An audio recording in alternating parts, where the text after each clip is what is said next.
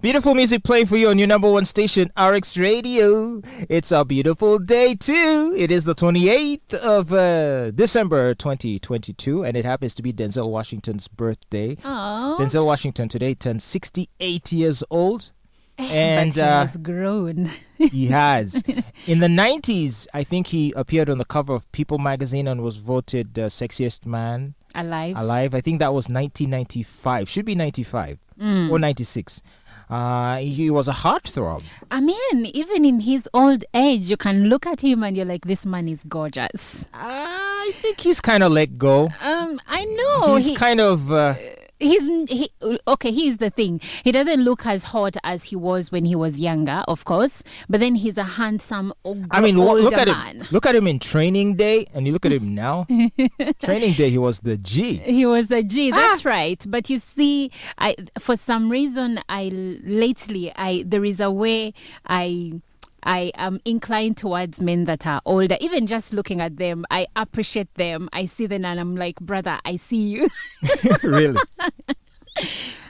Anyway, he is obviously going to continue to star in action films. There is a third Equalizer film in the works. Oh. So I expect to see him on the silver screen very soon. But will he... You see, that the problem I have with, new movies coming up, let's say Terminator, and you're seeing Arnold Schwarzenegger is really old. You're like, will he be the same character he was when he was younger? Am I going to have a good time, or I'm going to be bored out of my skin? And that's the sad truth about cinema today, where we have failed to replace the action stars of yesteryear, and we're just clinging on to the old ones we have, like almost up to the point where I don't know for how long we're going to drag them out to star in action films, maybe until they're now crippled and in wheelchairs. Liam Neeson, Sylvester Stallone, Schwarzenegger. Liam Neeson looks so old. It's like, dude, 10 years ago, maybe you were bordering on geriatric, but now, dude, you're just a geezer. So for me, if you ask me right now, I feel like Denzel should be in a movie. Maybe he's a statesman, he's a president. Such movies, such dramas, not action-packed, because if it is action-packed, he's going to disappoint.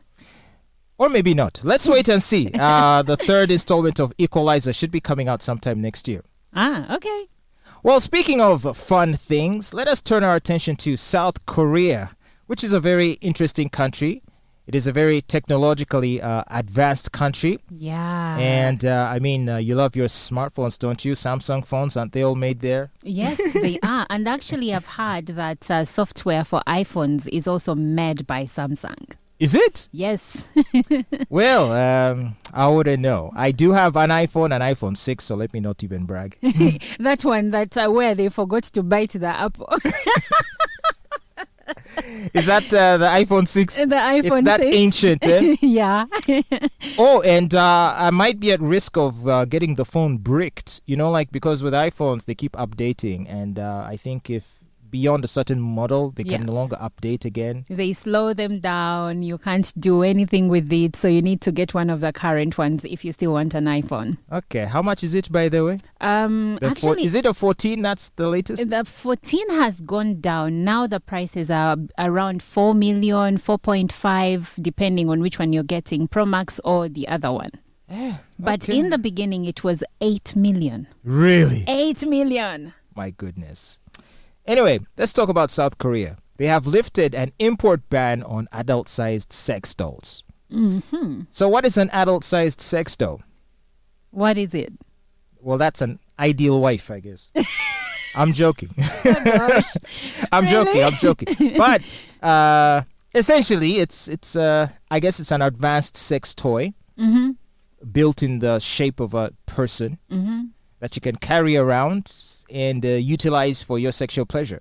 Wow. And it greatly resembles, it has the morphology of a human being, the anatomy, at least externally, arms, the legs, and the other important areas. Okay. And essentially, it can be your sexual companion. So I'm thinking that most of these life-size sex toys are mainly designed for men. That's a good question. I haven't really seen life-size sex toys for women, because women normally just have for women, it seems that all they really need is the what? A scratch? the dildo.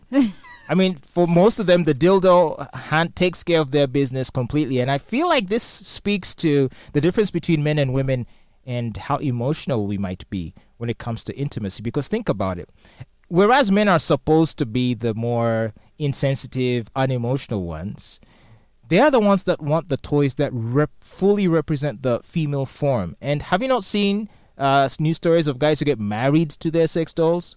Those men are sick. Who, like, they come home from work, they pull out the sex doll from the wardrobe, make us sit at the dinner table, eat together. They eat together, they watch a movie Maybe together. Maybe that reminds me of a man who doesn't want to have a wife with an opinion.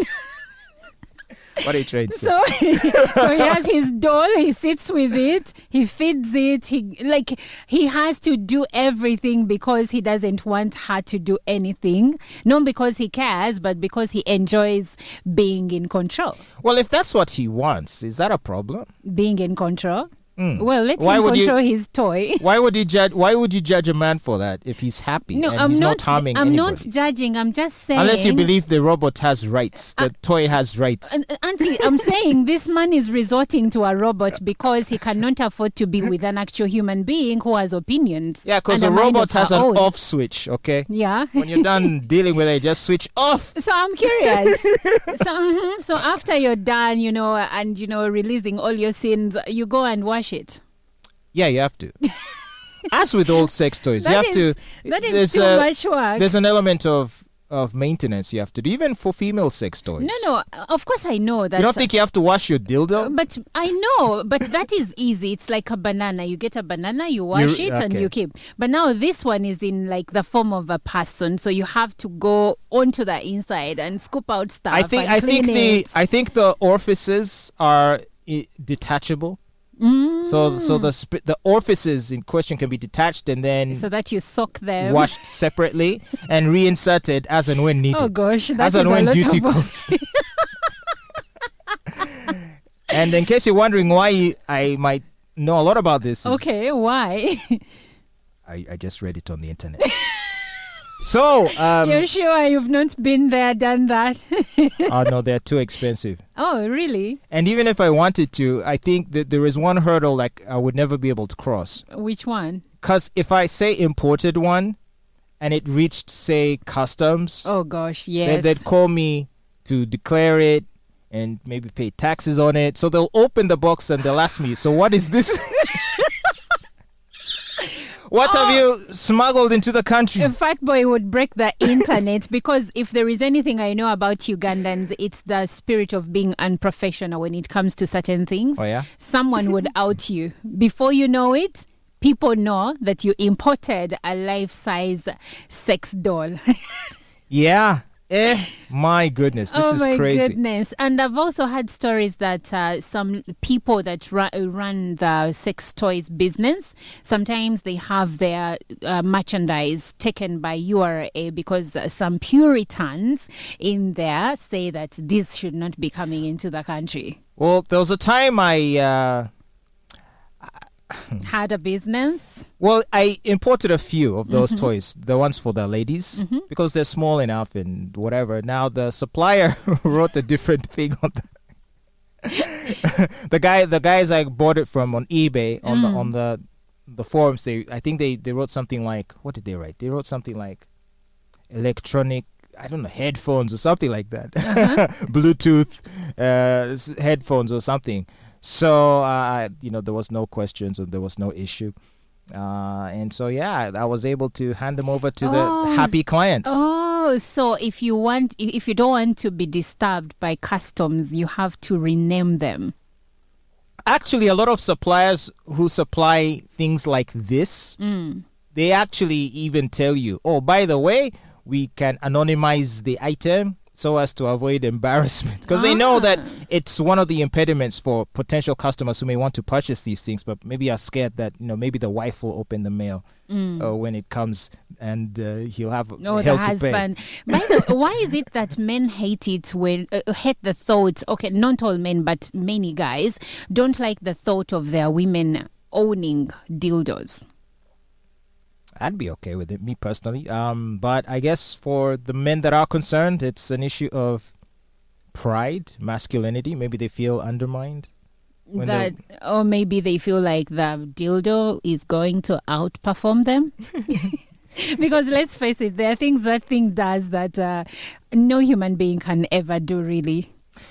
That's true. That's true. And they can spoil women and raise their expectations. Because once she's dealt with those things, she'll struggle to find a man that's equally enjoyable. And that's where, we are told that masturbation, because obviously using dildos is a form of masturbation. And that's why we are told that getting hooked onto it is going to actually ruin you in the long run if you get hooked onto these things. Yeah. But dildos will never replace men. You want to know why? Why? Dildos don't pay bills. Oh my God, There'll always that's right. a need in a woman's life for a man. But even if they don't pay bills, they can't really replace men, because at some point you need touch, you need to feel someone, and you can't get that from a dildo. Well, the robots, or rather these sex dolls that they are making, are getting more and more and more advanced. And it seems that over time, they're going to be able to fulfill some of those more emotional needs as well. They'll be programmed to be able to give responses to questions and things like this. I mean, the future is robotics. You better be ready.